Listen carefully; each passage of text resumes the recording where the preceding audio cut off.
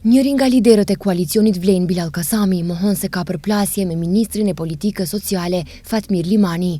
Pavarësisht se Limani ditë më parë kishte drejtuar akuza në rrjetet sociale ndaj Vlenit, megjithatë Kasami mbetet i rezervuar dhe thot se është një debat në kuadër të koalicionit për t'u shërbyer më mirë qytetarëve. Madje Kasami ka quajtur normale edhe qëndrimin e tij në Kërçov pa prezencën e Limanit. Mund të ndodhë që në momentet të caktuara mos jetë prezent dikush, po deri tash nuk është që ka ndonjë shqetësim që do kisha thonë me prezantuar në opinion. Sigurisht që dinamikat para zgjedhjeve lokale dhe pas zgjedhjeve lokale ndryshojnë.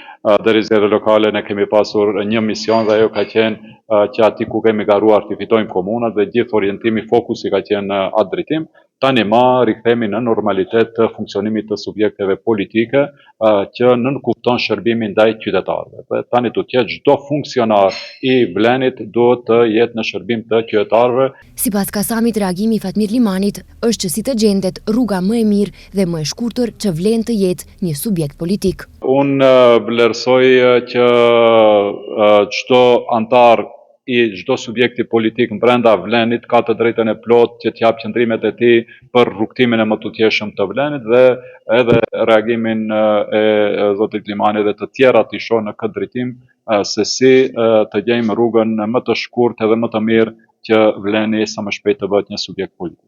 Më në fund Kasami pranoi se debati qëndron se kush do të jetë kryetari i Vlenit. Ende se kemi vendosur.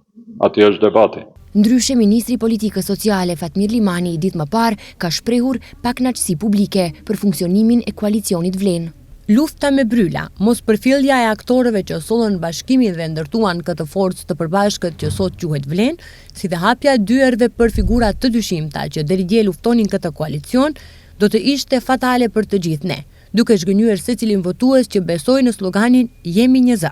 Nëse veprohet mbi logjikën, mbledh çfarë të bie përpara, vetëm sepse dikush të përkëdhel përkohësisht, atëherë ekziston rreziku real që në ditën e emërimit të liderit të fillojë dhe shkatrimi i Vlenit, shkruan Limani. Ndryshe, edhe pse kishte paralajmërime se pas zgjedhjeve koalicioni Vlen do të funksionojë si një subjekt dhe do të ketë një lider, megjithatë, deri më tani si duket ende nuk është arritur marrëveshje se kush do të jetë në krye të Vlenit.